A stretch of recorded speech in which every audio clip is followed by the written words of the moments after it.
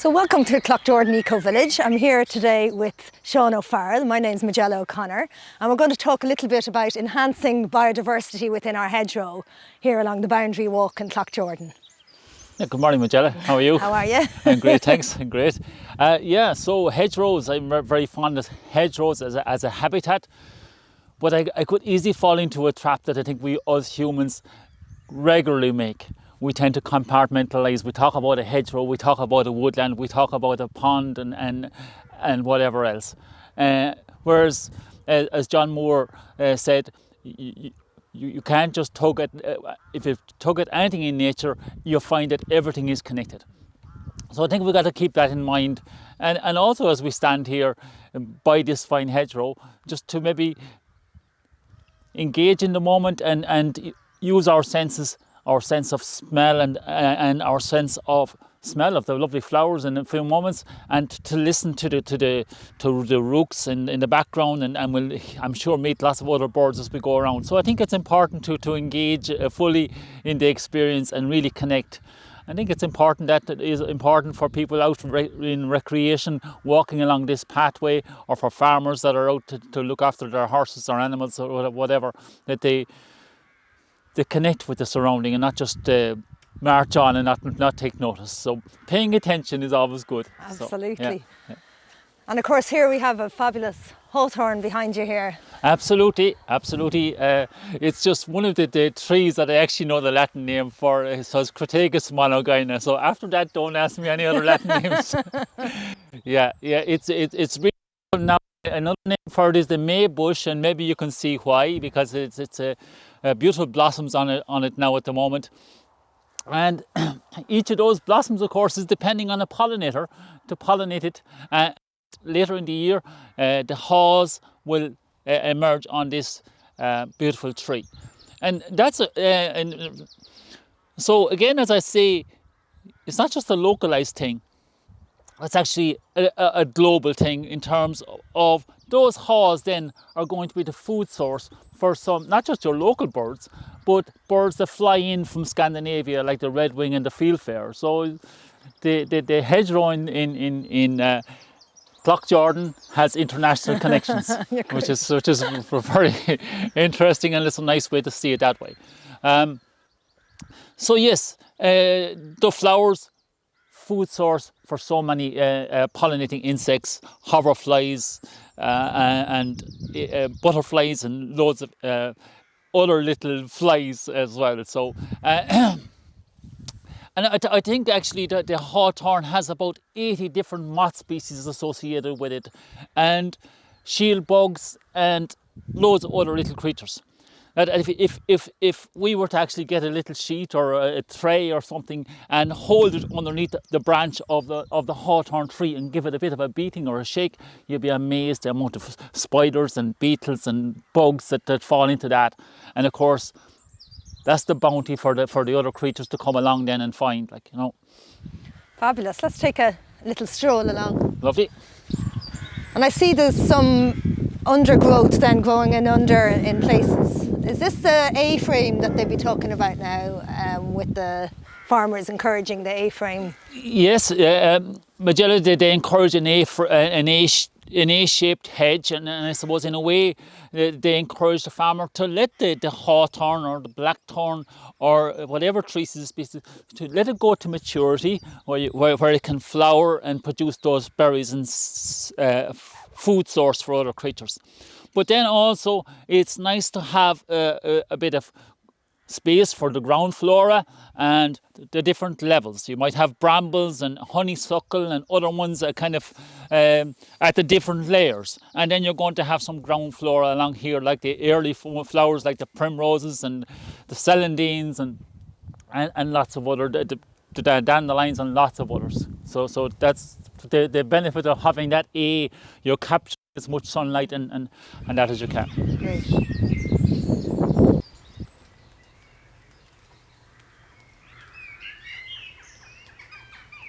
So I noticed a bit of a gap here in this, and it looks like somebody has pushed some of the hedge down. Is that the hedge laying that we were talking about there? Yes, that's a good example of hedge laying, and it is important Well, it's no harm to have a little bit of a gap in a hedgerow, but if you want to, for stock proofing, you could take a nice mature stem, maybe the thickness of the handle of a shovel, or maybe you might be able to manage a stake size thickness, let's say. And in order to bring that down, you would need to cut it at an angle, about 3/4 ways through. Leave a nice strong hinge and gradually work it over onto the horizontal.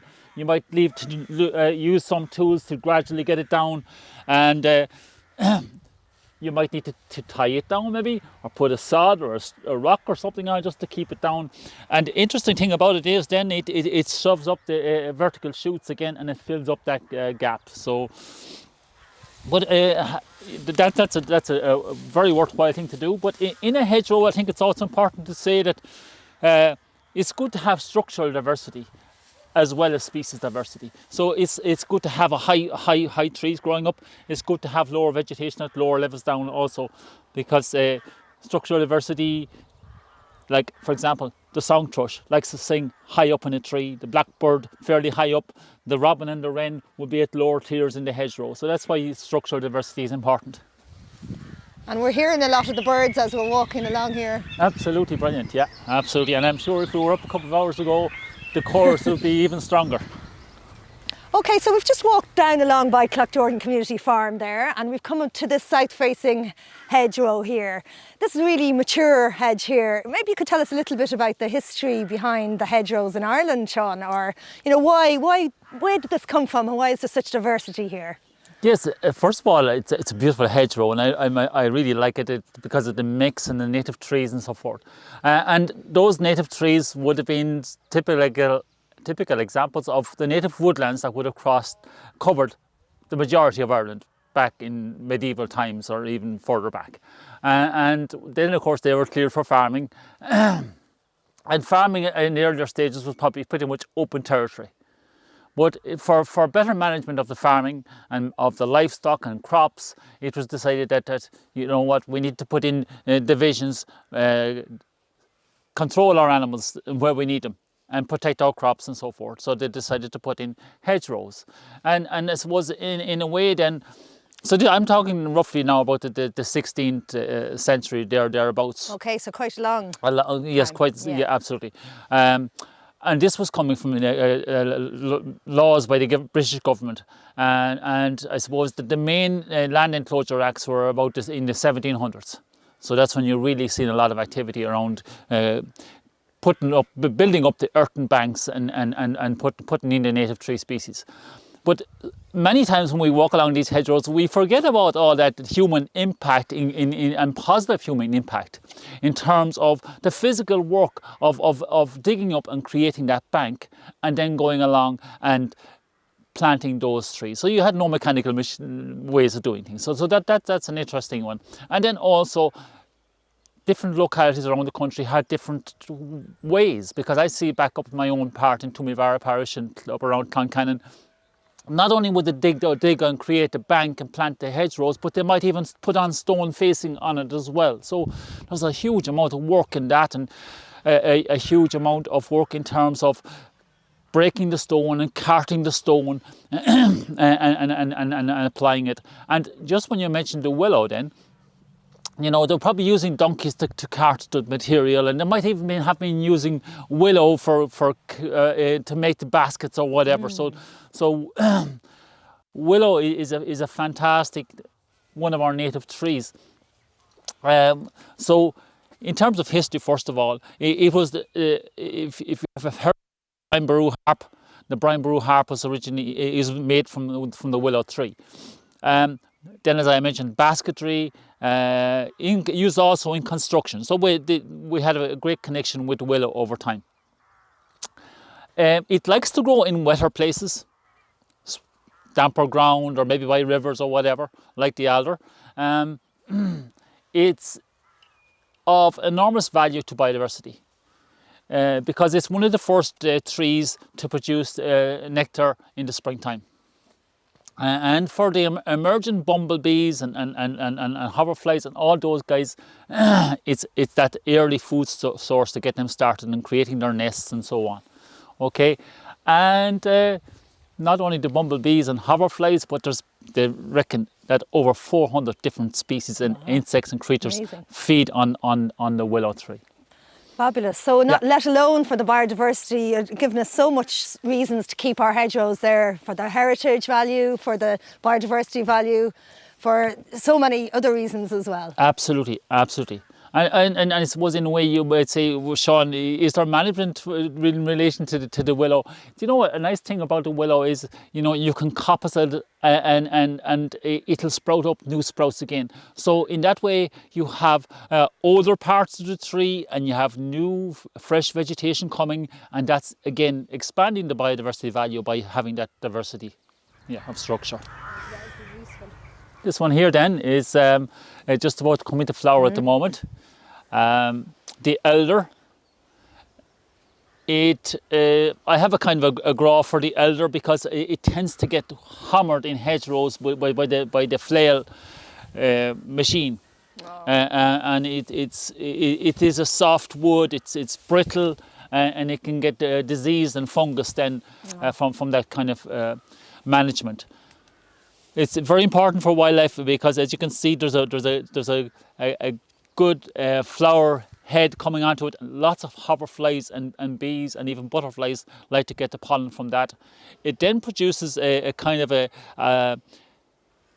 a big, you could say almost a nest, or certainly double handful of black shiny berries that are very popular with many different birds and stuff. So it's really, and of course you might know that the elderberry is used for elderberry wine or elderberry cordial or whatever. So immune booster in the winter. Yes, for herbalists indeed. will use, Absolutely. And I think even the flowers some herbalists will use for hay fever in Oh, the excellent. springtime. Wow, so you can make a tea out of it. Brilliant, excellent. I mean, some of this has grown so tall. Is that okay to keep it growing that tall now, Sean? Or would you know the way a lot of people would cut them back?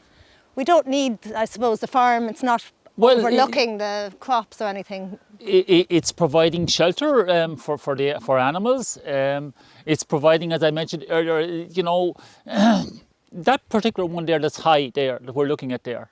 It could be on a daily basis used by a blackbird or a song thrush to greet the morning and say, this is my spot here, my territory. So I think it's important to have them, and even if that should grow old and some of it becomes dead, you know, deadwood is also very important for the beetles and the centipedes and millipedes and all those guys that will recycle the nutrients and provide energy for the next crop. And of course we need all that as well. Yeah. So leave them grow high. Leave them grow high, but you know, you could, as we mentioned earlier, you could coppice some, like you could do with the willow, or lay down appropriate stems. Absolutely, absolutely. Great.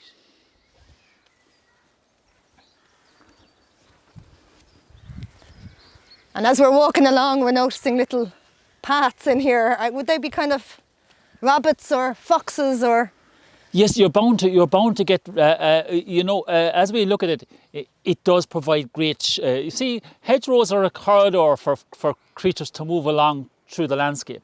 They want to pretty much stay out of connection, stay away from connection with humans, but also, you know, the predator-prey dynamics. They want to avoid getting eaten, of course, and if they can sneak up on something else, well and good.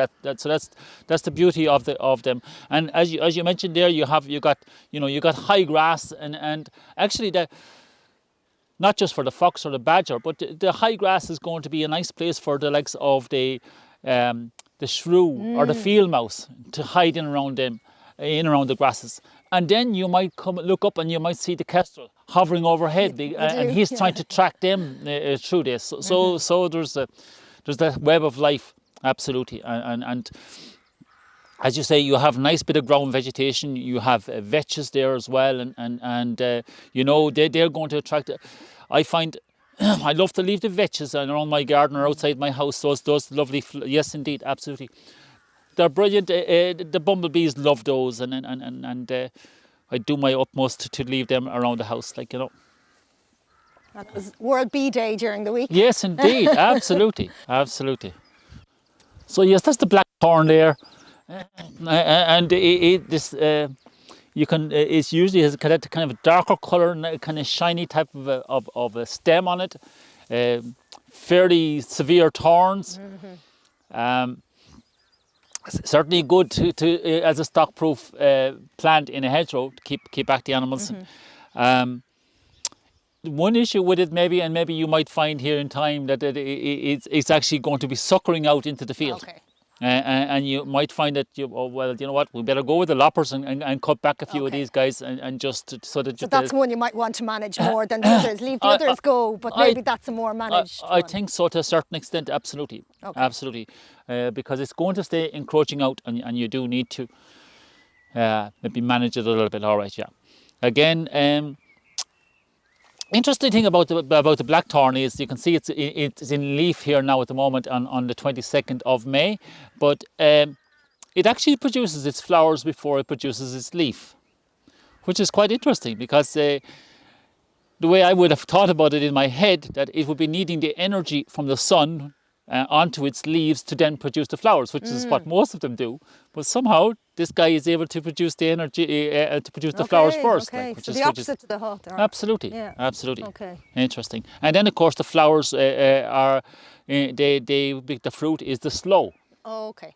Again, liked by many birds like the blackbird and maybe even pigeons and all of those. And they are not able to digest the little stone in the inside, and like with many of the fruit that it's in the hedgerow, it gets transported by the bird and dropped somewhere else, and off goes anew. So there's mutual benefits in between the plant and the animal. And of course we can make some slow gin Absolutely, for Christmas. absolutely, spot on. Keep the spirits up. There's a beautiful holly. Absolutely, and one of our evergreens.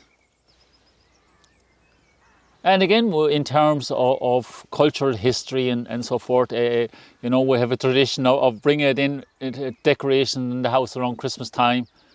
And some people would say that there's an association between the thorns and the crown of thorns that our Lord was made to wear, and also the berries, the red berries, and the blood of our Lord. So this is cultural heritage and folklore.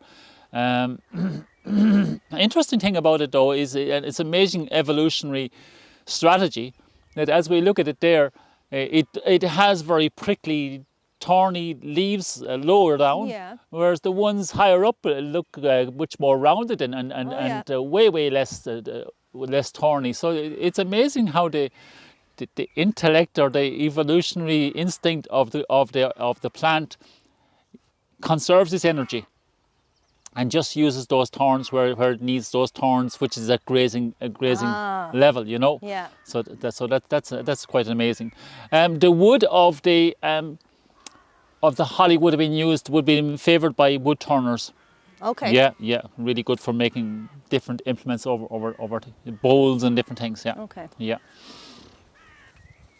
Again, there's so much more than just biodiversity. It's the use, even the usefulness, the heritage, the... Absolutely. And it's nice to keep a connection with that folklore connection and as you mentioned earlier, even the medicinal side of things. Yes, yeah. Absolutely. And we see a lot of nettles as well. And Absolutely. a lot of people don't like the nettles. So I'd say you'd have something to say about them, Sean, wouldn't you? Well, I actually haven't had my spring tonic of nettle this year, and it's pushing on for that now because they maintain you should get the early shoots of nettles for your spring tonic to contain lots of iron, I believe, and builds the immunity. What better time than now to be doing that?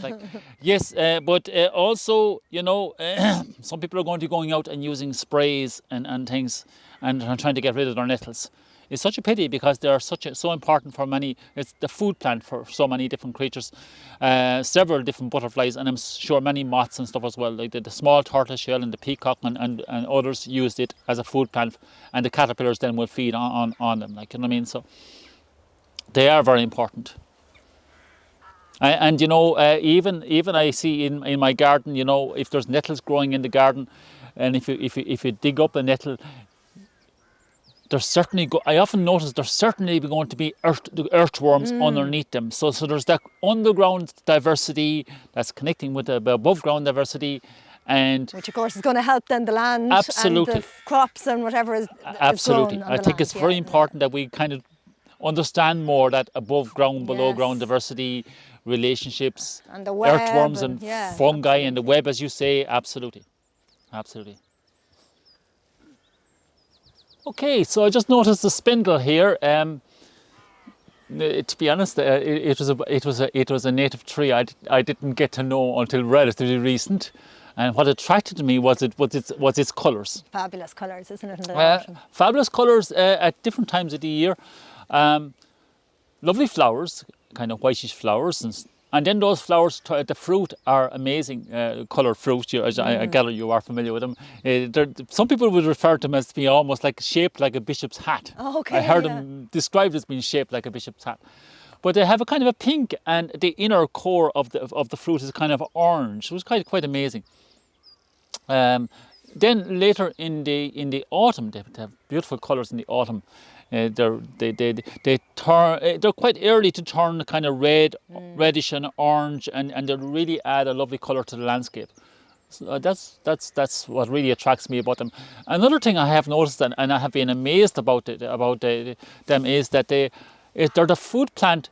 The spindle is the food plant of the ermine moth. Oh. And I have seen spindle trees, you could say almost overwhelmed with caterpillars enclosed in little webs. And you'd wonder how, in the name of God, could that tree recover from that? And you know what? It does. Okay. It's amazing. So maybe it's some symbiosis between them, something going on that's helping each other. There's a mutual benefit probably somewhere along the way. Absolutely. Absolutely. Okay, so another interesting thing about the spindle and its cultural connections was the wood was the kind of tended to be straight and fairly strong, and the spindles were used by people that were used in weaving and that industry, let's say, you know what I mean? Spinning and weaving. Now, these guys are still here. You brought some of your friends along with you today. They're fairly tame. Indeed, I did. Yes. They're brilliant for educational purposes.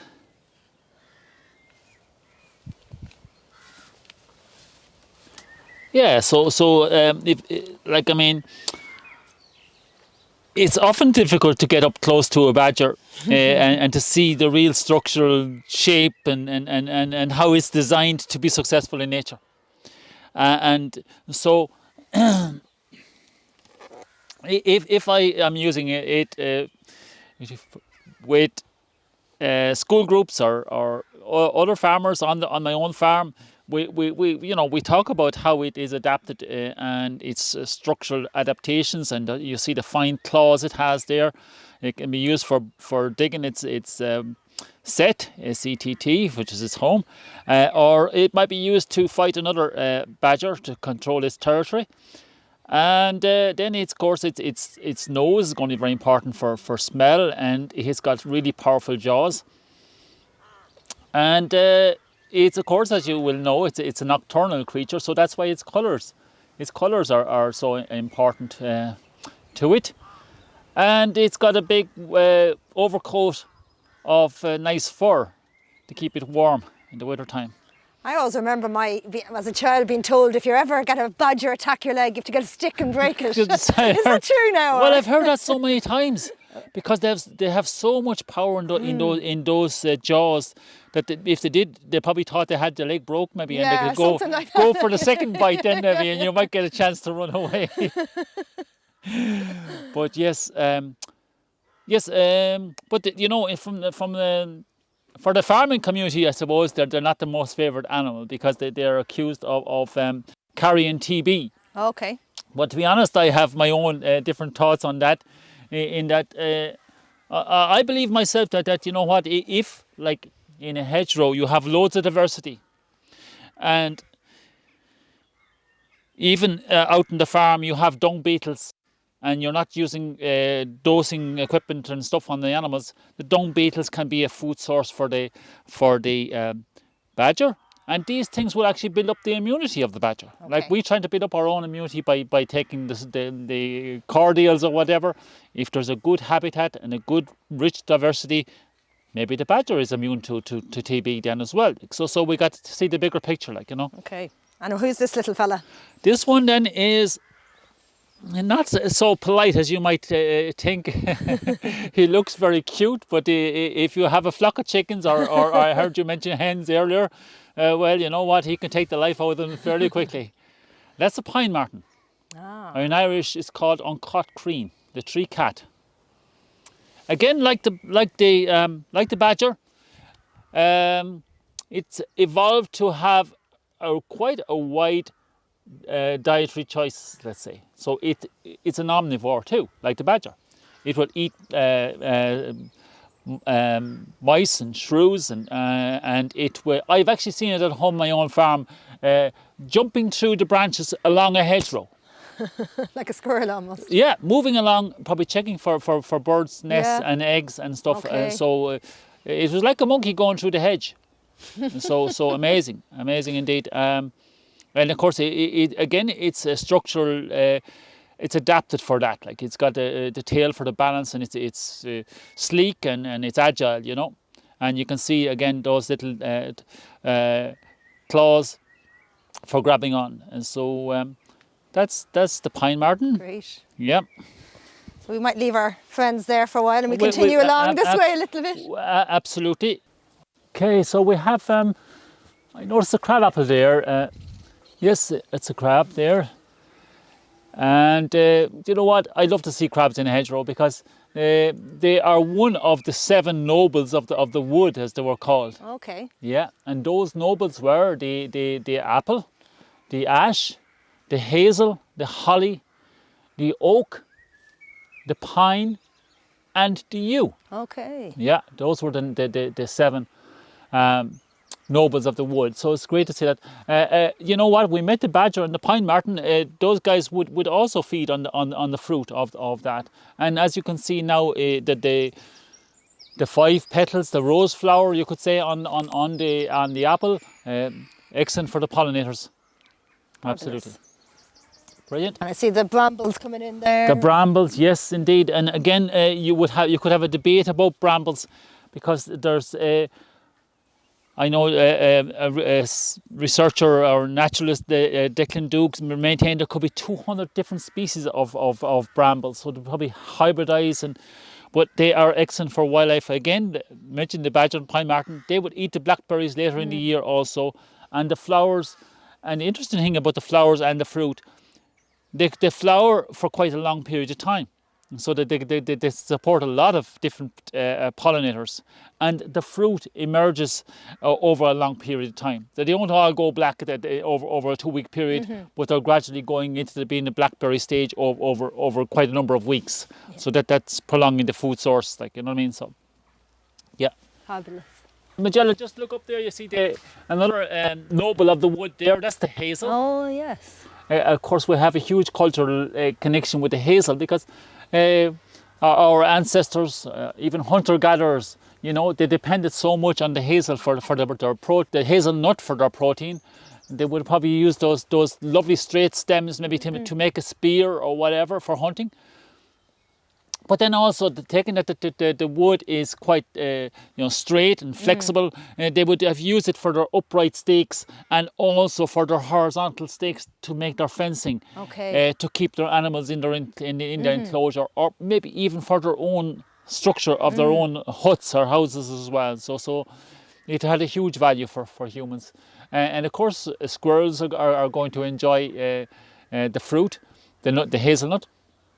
And it's a tree that, you know, you could coppice. You know, you could coppice a certain amount of it, just coppice a little bit. And that means cut it right low down to the ground, and it'll shove up new shoots again. And as I say, you have older vegetation then, and you have younger vegetation coming along. And for that reason, some of those hazels could go on to live for up to 300 years, like, you know what I mean? Because by a little bit of coppicing and that type of thing, yeah. To end here, I think we're going to end with our fabulous tree here that we're all so fond of. Yes, indeed, absolutely. It's a great specimen to finish with. The elder. By God, it's rare to find an elder stands so well and not get knocked over by the wind. I suppose where we are here, Majella, it's sheltered a bit. Well, the hedgerow, I suppose, is Hedgerow, kept high. absolutely, and I see some beech over in the distance, probably providing a little bit of shelter because it is prone a little bit to getting knocked over by wind. But you can see that kind of corky, deep crevices on the bark. And I also noticed over here, you know, some of the older stuff having little holes in it. Invaluable for insects that want to hibernate during the winter time or whatever. Like so it's got a huge wildlife value. And as I mentioned earlier, you know, you're going to have older pieces maybe falling down and providing the food source for the beetles and centipedes and millipedes and even snails and slugs and all these creatures. Like so, they're all contributing to the orchestra of life along that hedgerow. So it's great to see. And even along it, on the bark, I can see some lichen or some lichens also. Like so, it's and even some mosses growing on up there. So there's a lot. And I didn't mention today, and we could go on and on. I didn't mention the ivy. Sure. Another great strategy in the way that it has this climbing ability to climb up along that tree, and then when it gets to where it can reach the sunlight, it changes its growth form, and it no longer needs to have that climbing growth form, but it opens out into a branched growth form, which is... So it's not necessarily harming the tree here. Not necessarily harming the tree, just using it for climbing. Okay. Absolutely. It is well rooted in the ground underneath, but it's quite an amazing evolutionary strategy for climbing too. And then it changes its growth form, as I say. And there's some interesting flowers underneath here. Yes, indeed, absolutely. And that's called, there's a number of different names for it, but it's called arum, A-R-U-M, or lords and ladies is another quite common name for it. And the interesting thing about it is, looking at it there now at the moment, it's very soon it'll be giving off a kind of a scent or a smell, like cow poo. Okay, and the purpose of that is to attract insects down into the core, into the funnel and into the core, where there's hairs, downward pointing hairs, and they don't allow the insects to come back out until the insect has actually managed to pollinate the flower. Okay. And then the insects are released the next day. Okay, so they kind of stay in there for a little bit. Absolutely. Take a little dance around and get a little bit of nectar and get a bit of nectar and off they go again. Yeah, as you mentioned earlier, that symbiotic relationship or mutual benefit. And the cleavers beside. The cleavers, absolutely. Another example of you know, great adaptation. That's four-stemmed plant that has little hooks along its stem, and it's again able to climb across other plants. Fabulous. So much in just one small area. So much just in that one underneath. Absolutely. Elder is kind of almost protecting or almost absolutely sheltering all these. Now you said it, and that's why, as I mentioned earlier, the bit of shade and the different levels of shade and different levels of light, that's going to affect the different levels of moisture and so on and so forth to suit the different plants. Like, you know what I mean? And so it is quite a dynamic interconnectivity happening there. So it's been fabulous. Absolutely. And thanks so much, Sean, for this. Majella, it's been my pleasure. Wonderful. My pleasure. Well done to yourselves, and I hope you enjoy it for many times to come. Absolutely. Yeah. Thank you.